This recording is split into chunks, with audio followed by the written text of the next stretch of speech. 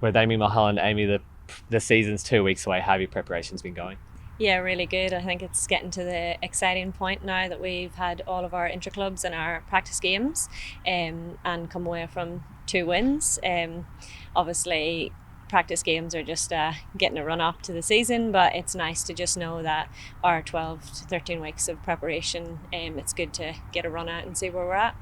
What did you make of the clash against Collingwood that happened on Saturday? 1 point win. We can take a lot of confidence out of that. Yeah, I think that was definitely a very high pressure game, which is good for us to get an experience. And I suppose you can only have so much pressure against one another, and we all know what we're trying to do. So it's nice to go out against a side that was very high pressure, good contested ball movement. And I think then we obviously just had to work around a few different things and also then just see our strengths.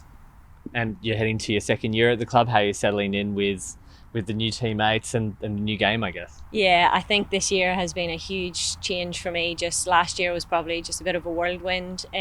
Sometimes I would have questioned if I just happened to be here by luck, whereas this year now I just feel a lot more like I'm building on my own confidence, just to know that I've earned my place and I know what my role is. And I think Webby coming in as new coach and the team of coaches, just with feedback and education around the game plan, and having a full pre-season this year of the compared to last season, the 12 to 14 weeks has definitely made a big impact on, I suppose, all of us and not just me individually.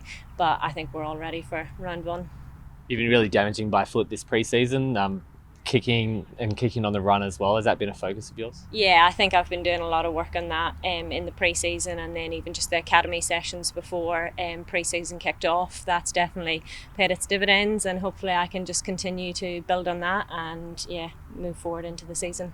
Was it like learning a new skill, transitioning from the round ball to the oval ball? Yeah, I think it was. I think as well the contest for me as well was the big thing, and I've been working on just trying to my pressure and my inside 50 defence work. I've been working a lot on that, but I think for me playing Gaelic football, the movement of the ball comes naturally, and I would have probably went into my shell a bit just learning the new sport, whereas now I feel like my confidence is coming back, that I can actually go back to how I played Gaelic football and bring that into footy. A few of the girls have been talking up you as a good fantasy pickup this year. It means that they see a lot of improvement coming from you this year. It must be a boost of confidence. Yeah, it is. The girls have been amazing, but I think there's a lot of other girls as well, like Mimstrom.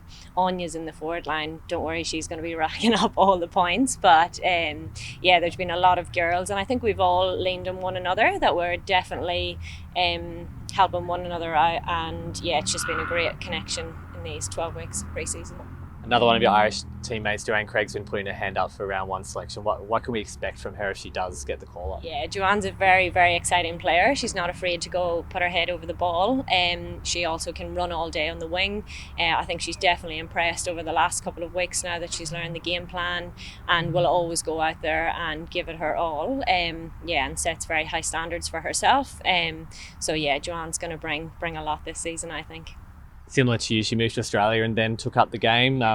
Can you see a lot of growth coming from her in the next couple of years? Yeah, I think Joanne and I have actually had the same path coming through between amateur, then into Subi, and then come to Freo. So I do think, and that's what I keep telling Joanne, I'm reassuring her how I'm feeling this year versus last year, that I want her to know, like, in your first year, it is all a bit of a whirlwind, but how she's playing and her commitment to the role and wanting to learn and be the best version of herself out there, she's going to do well.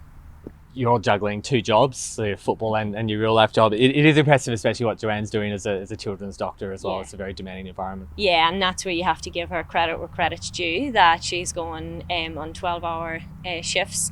I think she worked until 11 p.m. on Friday night and then rocked up for the practice game on Saturday morning and put in an amazing performance. So yeah, definitely. I do think there's definitely advantages of us also having our second jobs, that it's a nice breakaway, that we can focus on what we enjoy doing, and our passion is our work also, but then to come into footy and then just be ready to give footy everything when we're here. So yeah, Joanne's going to do good. And looking ahead, round one RSC Derby in under 2 weeks at Freo Oval. Hopefully it'll be packed. It'll be an exciting atmosphere. Yeah, I think it's going to be exciting to have the Derby in South Freo. Last year, obviously, it was in Optus, but I do think it will create that better environment for supporters, and I think we'll obviously notice the difference as players, just fans getting around us, and I do think there's going to be a few turning up to that game. So yeah, looking forward to it. Great, thanks, Amy. Thank you.